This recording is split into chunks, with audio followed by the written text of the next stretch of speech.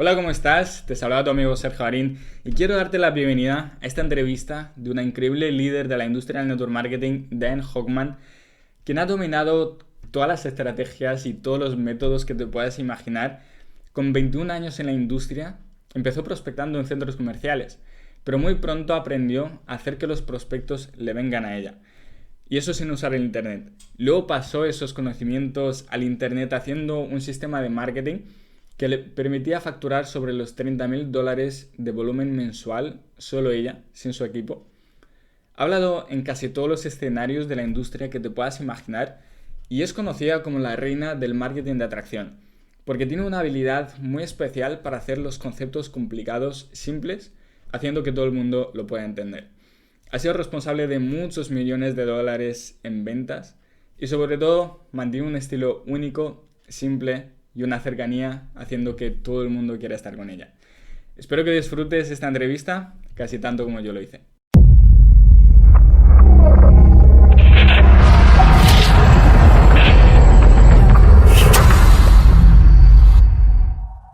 Hola, ¿cómo estás? Hola Diane, ¿cómo estás? Encantado. Bien, bien, bien, gracias. Es que no he hablado español hace meses, so, despacio. Bueno, hablas muy bien, así que lo primero, muchas gracias. If you know, Oh, I, claro. I gonna say it in English. A lot, thank you for taking My the pleasure. time to be here to be so kind with me. So thank you very much. Okay, so if you want, we can start a little bit in Spanish. We can, and we'll see how we go. A ver cómo vamos.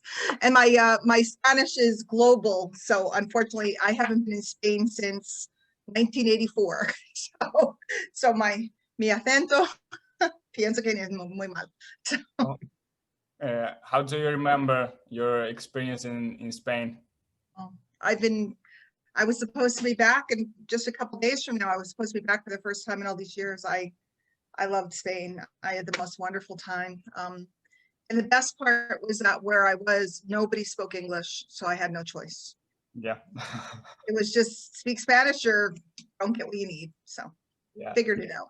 Yeah, that's challenging also, but it's good to learn and grow. Best. It's the best. It's the only way to learn. Yeah, sure. Okay, so if you don't mind, we can start. I have a little bit of an audience here in Latin America. Yep. I have been doing attraction marketing for almost a year. So, I checked you out. Okay. So just to the people that don't know you, I mean, probably in nobody would know me. Spanish community, almost nobody. So a little bit of your background, just to share with us a little bit of your background and how did you learn, how did you knew about network marketing and attraction marketing? Sure. Like now? Okay. Yeah. Okay. Well, hi, everybody. I'm Diane Hochman, and I started in network marketing in 1999. And I was a mom with 2 little girls, and I was doing traditional network marketing because there was no internet. And one day I purchased a course because the course said you could get the customers to come to you. And with little children, it was hard for me to always be out of the house and be out in the evenings. And I listened to the course, and then I put together a marketing system, and I basically figured out how to have customers coming to me. And then I would retail to them, and then I would offer them the business opportunity.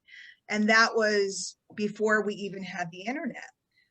When the internet came, I just went wild because I learned about a tool called an autoresponder, which would allow me to bulk email people. And I learned how to build a simple web page, a capture page, and I learned how to create a simple ebook. And I basically had a marketing system, a machine, and I would just drive people into the machine, and out would pop the orders and then the people to follow up with and invite to join the opportunity. And that went on for years. And then social media was born. And when social media was born, I started a blog and I got on YouTube very early, like when YouTube was brand new. And I was on Facebook when Facebook was brand new. And all of a sudden, all the big people in network marketing started calling me up and asking me to help. And how do you do this? And how does this work? And the rest is history. It's been 21 years. It's been a dream come true. And a lot of wonderful things and trips and people, some hard times, companies going out of business, founders of companies dying, all kinds of things. So I've seen pretty much everything there is to see over all these years. Awesome. I hope you're gonna come also in the. Have you been at some events in some Spanish? Sí, he viajado a Costa Rica, a México, a Panamá, a Colombia, he hablado con mucha gente allí y también, and we'll flip to English, I've been in Europe to several events, but not in Spain. Okay, cool. So, well, probably in the future. Yeah, I hope so. I just don't imagine how did you manage? I mean, before the internet, how did you manage? How was that process to attract people to you, but without the internet? Now, here's what's interesting, because attraction marketing, which I'm known as the queen of, before attraction marketing, there was direct response, which has been around probably since the turn of the century, not this century, but the one before. We ran small ads in newspapers. We hung signs up. Some of them are illegal now here in the States, so I don't recommend them. We hung signs up on electricity poles. We ran ads in the newspaper.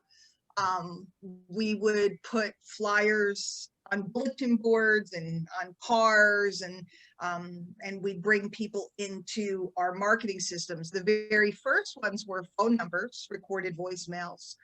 Later on, they became websites. So offline, we were just basically hustling and advertising. Okay, so basically the things that we now don't advise people. So you started with that. Well, so here's what's interesting. I was originally taught to go out to the supermarket or the mall and approach people and say like, oh, I like your t-shirt. You look like you're in good shape. You're probably health-minded, and just like walk around and try to start conversations and try to invite people to a meeting. And so that's going towards people. Placing flyers and different things was bringing people towards us. So while I wouldn't do it today because it was very time consuming and it was a lot of work, it's no different than using Facebook groups or creating content and promoting it all over the internet. We just didn't have that available. So we were just out on the streets putting things out. Would I do it today? No, because you have the internet. But the idea and the concept of putting out a message that attracts people hasn't changed. Yeah, just now it's more targeted. Like you can find the people that, it can be potential for you. That's right. That's right. Because when you go to the supermarket or the mall, you don't know if the person wants a business opportunity or wants to go on a trip or wants to lose weight or whatever it is you're selling. Where on the internet, we can locate the exact right people that would be more likely to be interested in our business. So yes, I wouldn't do that today, but I want everybody to understand that the evolution of the concept, the same. It's the same concept. It's just the internet has given us magical abilities with hashtags, with Facebook ads, with live video, etc. It's given us an incredible opportunity to locate the right people. Saves a lot of time, saves a lot of energy. Yeah, and it gives you the ability to leverage so much now. And exactly, and leverage is everything. Yeah, and how was your transition? I mean, your process into when you started to learn to do attraction marketing in the internet. Mm-hmm. How was your process? I mean, it was because you already knew some attraction market concept. Was it very difficult for you was it a long process? No, not at all, because all I did was I changed the flyers to blog posts and Facebook posts, etc. And I changed the phone number that we used to a capture page. And I changed the phone follow-up, calling the people up and continually trying to get them. Or I used to mail postcards. So the mail, I changed that to emails. Later on, we now have other options, but it was a very simple transition. And let me say this, it's really important that people understand this. A lot of times people will say, I don't want to do that because, like, for example, Snapchat. A lot of people went, I don't want to use Snapchat. Do you guys have it? Not, we don't use it so much. Okay, but so it's just a picture. You send pictures and videos to people. And a lot of marketers said, I don't want to learn about that. But then when Instagram stories came out, they were behind because they weren't familiar with that. And then a lot of people said, I don't want to use, do you guys have TikTok? Yep. Okay, people say, I don't want to use TikTok, it's just a bunch of kids. But what's happening now is notice that Instagram has reels. So people that use different, as you come down the road and you learn different things, the next thing you do is easier and easier and easier. So for example, I ran a newspaper ad in 2000, 2001. Learning to run a Google ad wasn't that hard because I had already run an ad. I just had to start to learn about keywords. But each thing builds upon the next. So the transition was very easy because the transition was a bonus because it gave me more leverage versus it being something completely new. It wasn't new. Follow what I mean? Like doing video on YouTube in 2007 wasn't that different from doing live video when it came out. And you're so young, people were like freaking out, like live, I don't know how to do it. I need to be trained. I'm like, you hit the button and you talk. It's not that hard. You know, there is no editing, there is nothing. Today, things have gotten a little more sophisticated. Like you have your beautiful black backdrop. I have one, I'm just lazy. But when you learn one technique, the next one becomes easier. The next one becomes easier. The next one becomes easier. And that's, again, leverage. You get leverage in using technology to talk to more people. You get leverage in building a team as far as earning and sales. You get leverage of your own mind because the more you conquer, the next thing comes around. Like whatever's next won't be hard for me. It's not because I'm so smart. It's because I've done all these other things. So I look at it and I can see the pattern. Does that make sense? Yeah, a lot. And you learn to adapt, to not to stick to one tool, because we have now like so many, we have to choose one and we want to stick to them, but you learn how to adapt from one tool to another, just in order to use that leverage and to attract people. Yeah, it's called cross-channel marketing, where you use different tools or sites and you build audiences on the different sites and they start to overlap, but there's still people that might catch you on Instagram that don't see you on Facebook or that don't see you on TikTok. And when you have them all going, what happens is if there's a problem on one, you're still in good shape. And that's really important because we've seen that, you know, everybody talks about the algorithm changed. In 2008, I'm so old. In 2008, Google AdWords, you used to be able to run ads for like pennies. Like I used to own the term social media between SEO and ads. I owned the term. I had all 10 listings of social media, right? It was so simple. It was so inexpensive. And then one day Google changed everything and people had their businesses completely based on one kind of traffic. Many. I watched everybody cry. And I was like, I don't care, I'll go over here. And it's gone on ever since. Whatever you think is working, Facebook groups, very hot here in the States. I don't know about in Europe. And then they changed the rules. And then everybody freaked out because they changed the rules. Posting in, here we have what we call garage sale groups or for sale groups. You used to be able to post your MLM offers. You can't anymore. And people who had based their whole business on that had no skills. Yeah, that's true. Yeah, I actually learned from one mentor that recently to not base yourself in one stream of traffic. No, and always build a list. That's my big message to everybody. Build a list. I prefer you do an email list. People think email doesn't work. It works like crazy. All my sales come from email. But if you want to use a Facebook bot or you want to, whatever you want to use, you must have a way to communicate people that you control. How important would you say that is to own your own list? Yeah. Critical. Everybody always asks me if you had to start over again, what would be the first thing you do? I'd start a list. Be the first thing before I did anything else. Anything else. I put the most importance on it. And the relation, like when you communicate in the internet, you have to learn new skills. How important was for you to learn skills like copywriting, or mainly copywriting? How important was it for you, and how important do you think it is for people to learn it? You know, I'm considered a very good copywriter these days after all these years. And I've written for many of the biggest names that you know.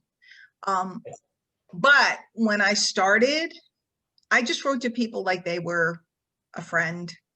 You know, I just wrote to people like they were my next door neighbor. I didn't try to be fancy. I never tried to be fancy at all. We can never lose sight, and this happened for a while. Everybody went from traditional, simple, easy network marketing, fun, simple, magical network marketing. And then they went to this very sophisticated, heavy duty internet marketing. And so what was happening is people were recruiting massive numbers of people, but there was no retention and there was no depth. So it looked great. I recruited 100 people, and then 3 months later, they had nobody left. So they lost the concepts of community, and they lost that feeling of a group that we all that are older grew up with. Then everybody swung the pendulum back the other way and told everybody just prospect people and don't worry about any of those things. Mm-hmm. I'm in the middle. I truly believe that you need to learn some basic technical skills, but on the flip side, you don't need to be fancy. I mean, the email can be, hey, it's Sergio. I just want to let you know we have an exciting webinar tonight about XYZ. Here's the link. I'll see you there. There's nothing hard about that. Now, if you want to get to be a good copywriter, you can make them feel like they have to be there or they'll die. You can make them feel like they're cool if they're there. You can make them feel like it's the only time they ever get to come and see you. You can learn those skills, but they come later. Okay, so it's not so important to start. So you say for people that are afraid to start with this email thing, they don't know what to write. So you say it's very simple, just to be you and to write like with a friend. And write what you would write if you were talking to an individual. It just lets you tell everybody. Like, let's say your company comes out with a new product, and everybody comes back from convention, or when we used to go to conventions, everybody comes back from the event and they're super excited. And then they pick up the phone and they start calling everybody or messaging everybody. Hey, we have a new product. It makes you young. It makes you beautiful. It's incredible. Well, wouldn't it be great if you had 1,000 people on an email list and you can send out one email and go ahead and get 20 orders up front, and then you can go and reach everybody else. But the magic of the list is being able to accumulate people so you can talk to them at once. But the way you talk to them doesn't necessarily change. If I were going to send an email to one person telling them about a new offer, it's no different. I'm just sending it to 1,000 people or 100 people or 10 people or whatever we're up to. Does that make sense? Yeah, a lot. And what would I mean? I heard a lot this concept, like you build a list for basically for home business owners, or for home-based business owners, and because it's better for you to attract people for network marketing, it's best quality prospects for your business. Mhm. How do you approach with this when it's to market to them? Mhm. How do you approach, like, okay, so like mainly like almost everybody when they are focused in their companies, how to approach to market to them but not be pushy, not be, I mean, not I push understand. the marketing. You know, I equate it to this. In traditional network marketing, we learn your warm market is very important, and you build a warm market. And the reason why they send you first to the people you know, friends and family, is because they trust you. And then after that, you meet more people and you continue to build that warm market because those people have a relationship with you. They're more likely to look at what you have. So today, the marketplace and the internet allows us to build these large warm markets. Imagine when you started, if everybody you knew already loved home business. Imagine that. Imagine day one. I just signed up, and Aunt Mary and Uncle Jose, Maria, because there's so many Marias. Maria de la, you know. So, you know, my cousin. Imagine every single one of them loved home business. How easy would it be, right? Because you just call them up and say, "Hey, I just found something." They go, "Okay," and they take a look, etc. So the concept holds true here. We want to build a big warm market of people that are interested or that already are involved in the home business industry. And we want to become a resource to them, not a salesperson, because they may already be in a program. But we want to be a resource to offer training, to offer tools, how-tos, etc. And we let them know what we're involved in subtly, so that way, when they're not happy, we become the person they come to. That way, when we invite to a webinar, we can say, hey, I know a lot of you people, a lot of you that are reading this are already involved in something, but if by any chance you're looking for something new, we have a presentation tonight. And my style is just very straightforward and respectful. Like dating. If you saw a girl and she was beautiful, but she's with someone, you might like to form a little friendship in case that doesn't work out, because maybe later there's a chance. But if you're respectful, you're not going to try to interfere in her relationship, because it's just not, it's not right. But if you happen to run into her next week and she says, I broke up, you're like, yeah, and she already knows you, you know, so she's, you know, you, of course she'll let you buy her a drink. Does that make sense? So, yeah, I like that comparison. Yeah. Sure. Now it takes a little patience. A lot of people are like, I want to sign them up now, but every top networker, every single top networker, watch when a new company opens. You'll see so-and-so will let it be known that they're going to that company, and their friends will flock to them, even though they were in different opportunities. And everybody ends up working with different people over time. So there's nothing wrong with it as long as you're respectful and appropriate. You know, if somebody's in an opportunity, awesome.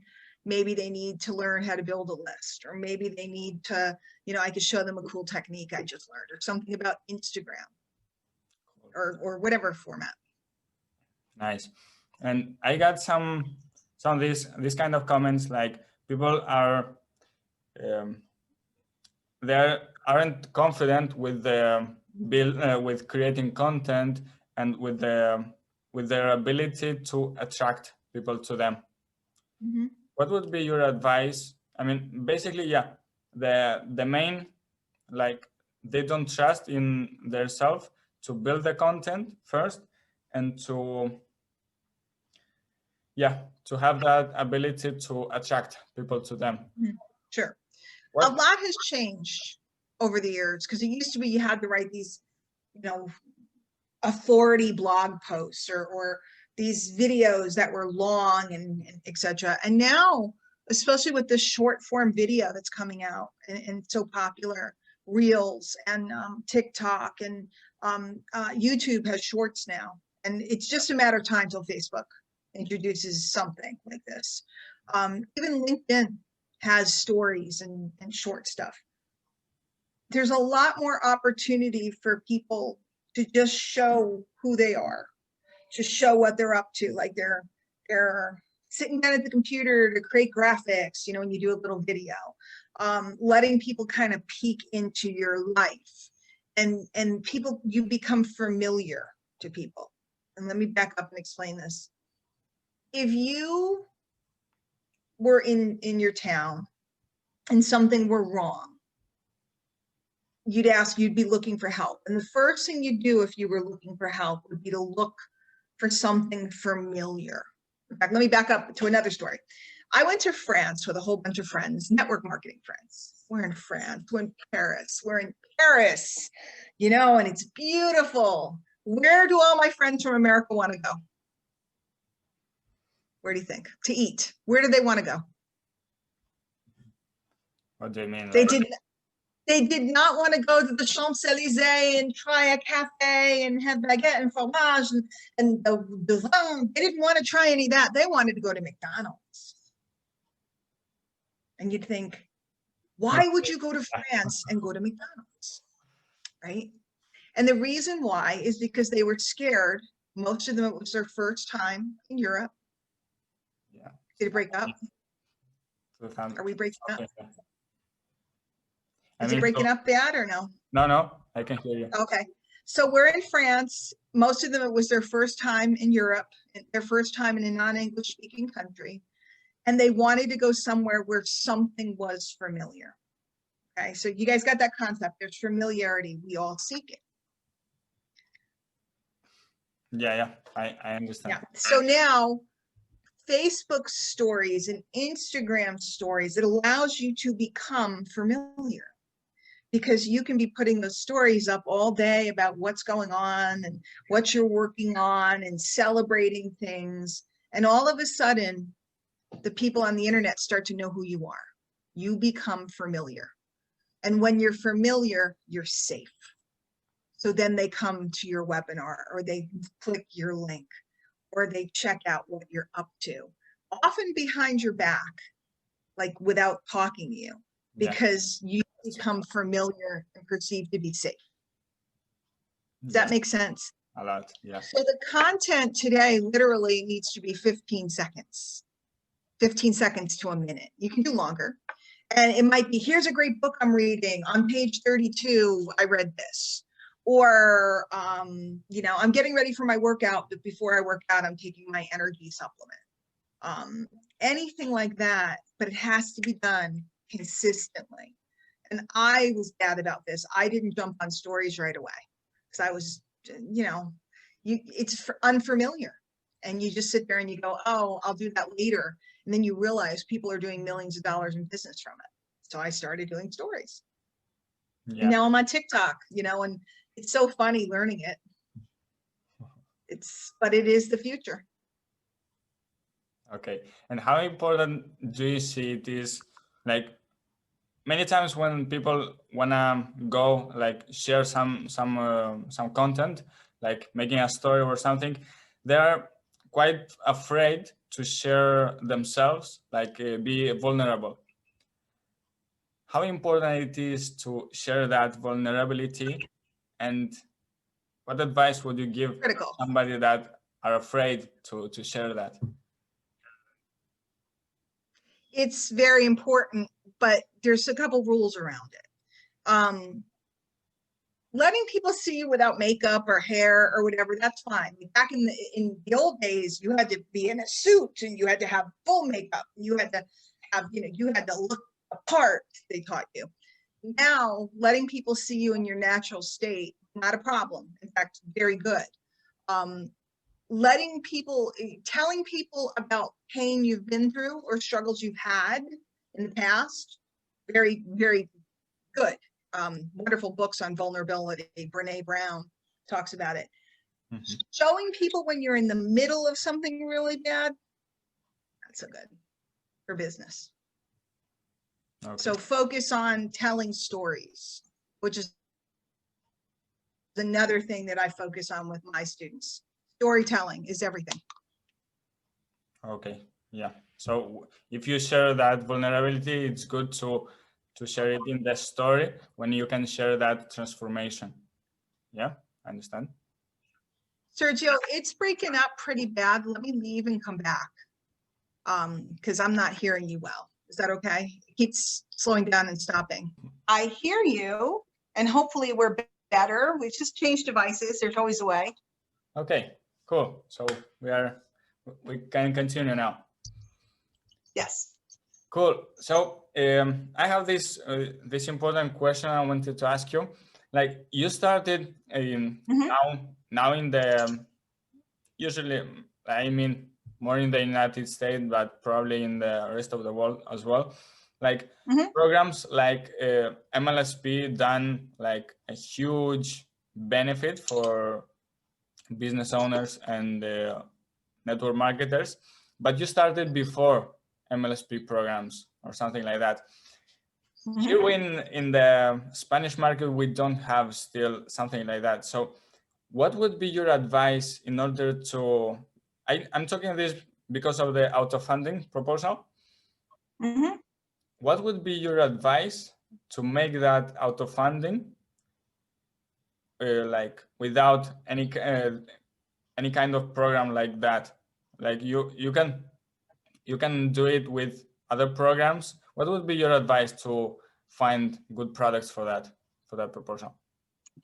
I would, if you haven't read Magnetic Sponsoring, go find it. That's Mike Dillard's book. It was based upon the work of my mentor.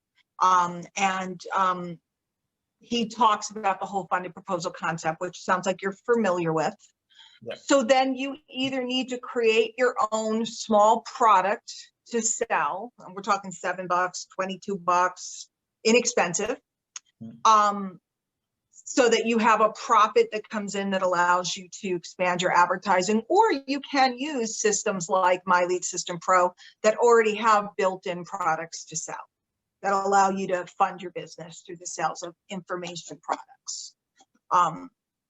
Depends on who you are. You know, if you are good with building a website and creating a product, I would go that way because then you own it and control it. If you are not as technical, I would use a tool or system. Like MLSP has over 30 revenue streams. And several of them are what I would consider to be a funded proposal type of number. $27, there's a $47 one that there's a couple that you make all the money and then the rest of them you split with the company. So you have to just make enough to cover your advertising. Okay. Yeah. In my case, I made my own product. Yeah, I have read the Mike Dillard's ebook. The book, and I made my own product. So you advise for the people, like for some people to make their own product? I mean, in my case, it was quite long. I think it's not so duplicatable, but in my case, I can give my product for the people so they can promote it. Yeah, for sure. I mean, if you're the upline and you want to create something that they can sell, absolutely. And you can decide whether you just want to give it to them or whether you want to charge them a small fee to use your content that you put together, to help you fund what you're doing. Because if you're providing support for your team, for them to pay a small fee in order to access it so that you can keep building it or hire people to do things is not inappropriate. So yeah, I mean, I would build something for the team. You also can build, and this is a little advanced, but you can build what's called a replicated website and give it to all of your team members, and you can manage the whole thing. So their job is to just get people to go to do it. And then you can pay them out. You can handle all the revenue.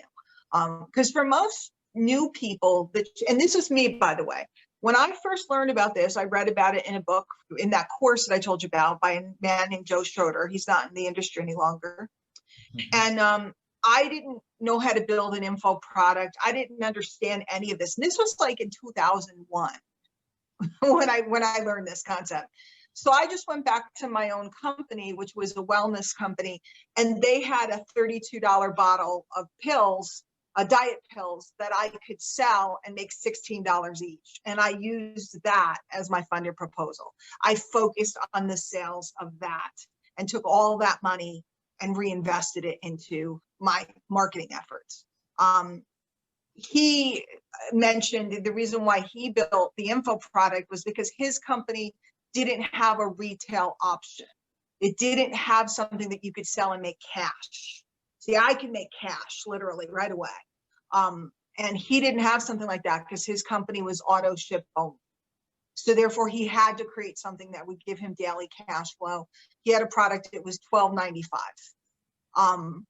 And that was a long time ago. So you probably could sell it for 19 or 27 today. And that cash flow allowed him to perpetuate his advertising campaign. Cool. Yeah, nice. So just so you know, I barely advertise. I barely advertise because social media gives me so many ways to drive traffic that I don't really advertise. Would I? Sure, but I don't. Just to be transparent. Okay, nice. So just to be quick here, your main like what streams of traffic do you like more, or you think it's more useful? I know it's like depend of the kind of the person. Some likes more advertising, like in my case. Mm-hmm. What's for you? Well, so let me explain something. See, I think advertising is great. The only problem is that your team generally, they're not going to do it. It's advanced. It's scary running those ads the first time. It's overwhelming. So you doing it versus them doing it is two different stories. If you're looking for duplication, you either have to take responsibility for the advertising for the whole team and run a co-op, or you have to just understand that most people won't. And that's part of the reason why I stayed with social media, because most people running a Facebook ad used to be simple. It's pretty complicated now. So I'm just thinking about what's easiest for people. So I like lives. I like Instagram. I drive everybody into one site. I like TikTok. I'm just starting to see traffic from it. I've been doing it for like a week and a half. I like, anything Facebook. And I also am old school. So when I talk to people, like if I meet people on social, I just automatically ask them if they'd like to be on my newsletter. Okay. Or if I had a giveaway, like a free report or something, I say, hey, I have a great free report on, how to go to the beach in Spain. And would you like it? And they always say yes. And I'd get their email and put them on the list. So, my feeling is like, I'm not an internet marketer, I'm a networker. So I just look at where's everybody hanging out and how do I get in front of them so that they want to be on my list. That's all. And whether I need to offer them a free training, or whether they just like me and want to be on my newsletter, that's fine. That's fine. Interesting. Nice. Okay. So here's another question. Like, I see a lot of people, and I did a little bit of this mistake in the beginning as well. Like people usually like hear, okay, so I have to do branding, I have to be in the internet, I have to build that big brand. So they start to hiring photographers or designers, make cool photos. Worst mistake you can make. But you were a good model. I saw some of your photos. They were very handsome. So what would be your advice for the people, like, to not do that? Like, what's the mindset shift for that? We have better phones in our pockets on our mobiles than we have enough phones, but better cameras. Here, let me show you something. Just happens to be on my desk. This is a camera I bought, I don't know how many years ago, right? And because I wanted to zoom and this and that for events. The camera on my mobile is far better than this, far better than this. The camera on the new iPhone, the camera on that thing is so good, it's silly. So the idea that we need all of this stuff, guys, all you need is some decent lighting, which you can buy. Here, I'll show you one more thing. I'm gonna stand up. I'm sorry, it's awkward.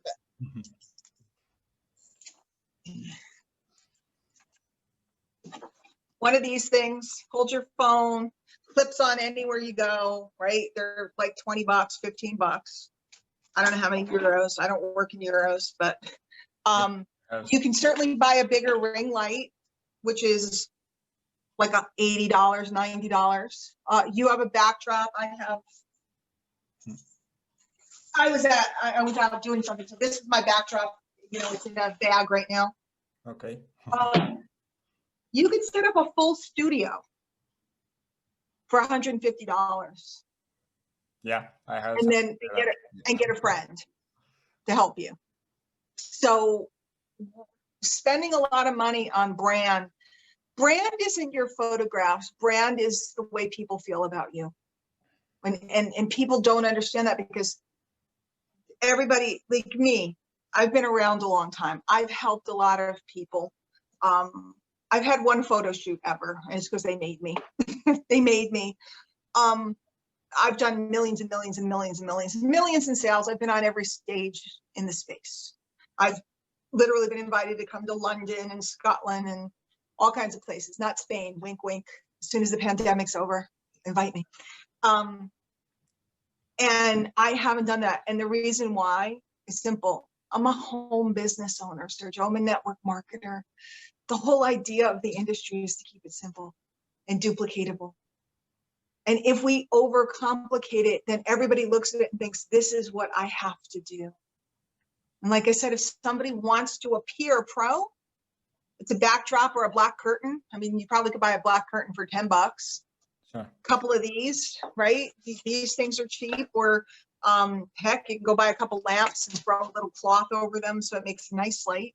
And your phone and a tripod. My phone's on my tripod right now. That's all you need. That's all you need. And later on, if you want to invest in that type of stuff, I think it's great. After you're making a boatload of money, not before. Everything in everybody's mind should be profit, profit, profit, profit, profit. Did I turn a profit? And then take a percentage of what you made and you can invest it. And I'd be more likely to invest in a better computer or phone than I would in a photo shoot, by far. By far. Nice. But that's me. That's me. You know, a lot of other people believe you have to have drone footage in front of a mansion to be successful. I don't believe that. Yeah, I like, I saw in the stage, Norbert said, like, you build your, like, you create that content, and that content creates your brand. It's not like that's right. Your brand. And no, exactly. And so you look at, you know, I'm the top affiliate at MLSP and have been for years. And you look at the guys from MLSP, they've just shown up every single week. They don't portray this whole big lifestyle thing. They show up every week and they're always there and they're always creating stuff and they're always working with people. And they have a brand that stood for 12 years now. And every other system that started back then is gone. I picked them for a reason, by the way. Everything else is gone.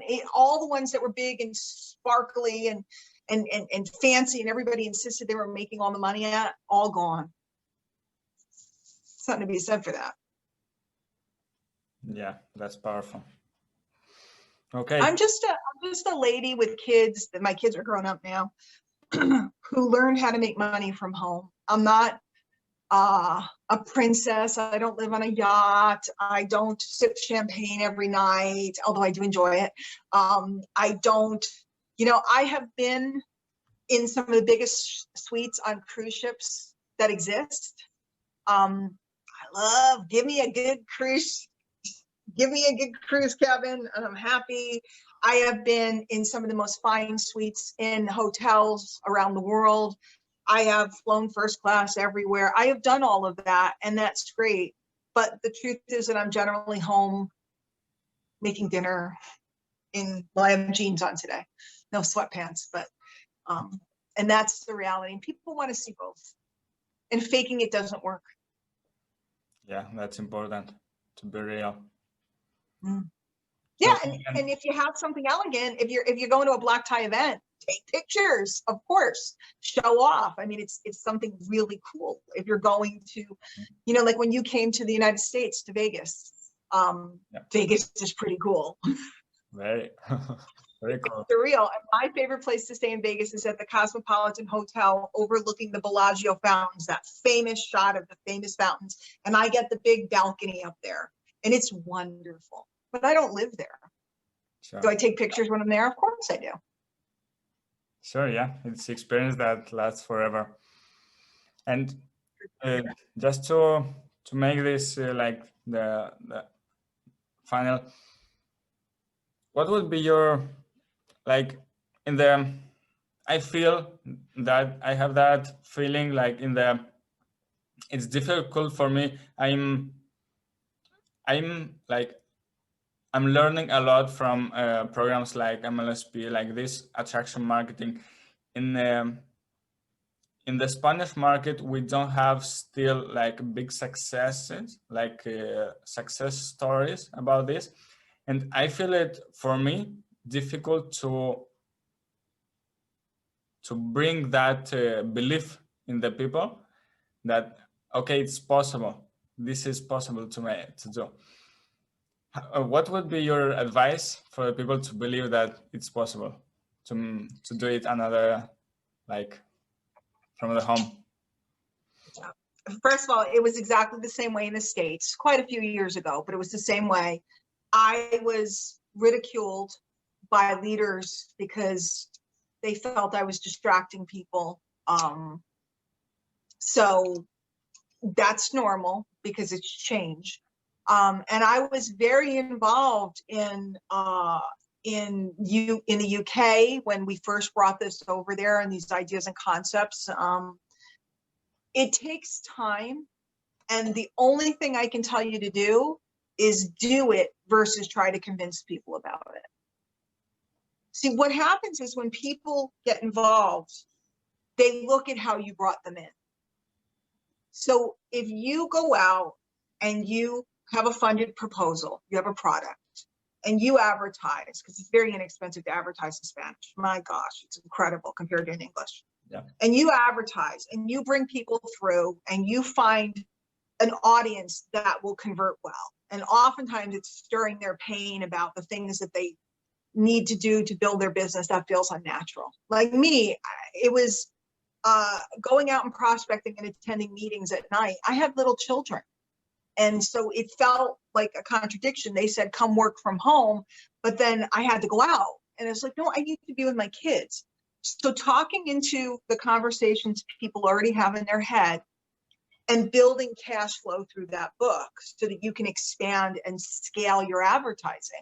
What will happen is it will become a machine and people will start to go, what are you doing? But instead of trying to convince anybody, just do it. Does that make sense? We can sit and talk all day about the wonders of attraction marketing, or we can get people inside because they've already purchased a book and they're going, he's right. I did see an ad. He's right. I did buy the book. He's right. These are all the problems I'm facing. He's right. I do want a better way. He's right. Oh, gee, let me look at what he's doing. Prove it. I proved it. I had proof before MLSP or any of these places were born. I had proof of this working before Mike Dillard wrote Magnetic Sponsoring. I proved it. And when I met my mentor, the person who wrote the original book, he could not believe what I had done because he was like, nobody figures this out on their own. And I was like, why? It's just not that hard. Advertise to people something that they want, charge them a small amount to get them in the door so that they feel like they know you and you become familiar and safe. And then invite them to look at your opportunity or product. Ta-da! It's just not rocket science, but it's different than what everybody's used to. Yeah. Prove it. Just inspire people, like showing by doing. Yeah, document it. And that's what I always tell. Like right now, I just started with TikTok, and a lot of people are making fun of it. And I'm like, no problem. Let me go document what happens. Let me go document and show you. And if I'm wrong, I'm wrong. And then I can say, hey guys, I tried it and it didn't work. And people respect that. But I don't let anybody else tell me no. I was shunned by my upline years ago.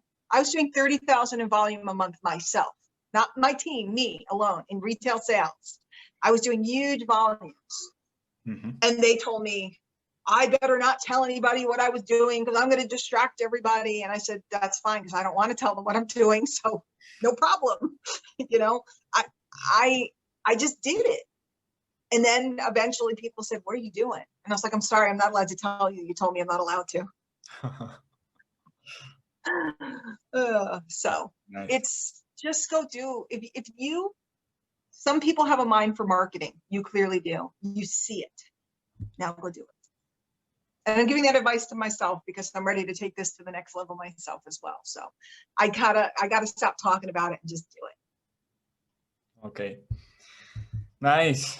So I just want to say thank you a lot for this interview. And of course, I'm sorry we had a problem in the middle. No, don't worry. Like this was awesome for me. It's a great experience. So also like very, very thankful to know you personally. So yes. hope to see you soon. I will see you en las playas de España, right? Bien, hasta aquí la entrevista de hoy. Espero que te haya gustado y sobre todo que hayas tomado nota de los invaluables consejos que nos ha dado. Ponme en comentarios a quién te gustaría ver en una próxima entrevista y no olvides suscribirte al canal. Nos vemos en el próximo vídeo. Un fuerte abrazo.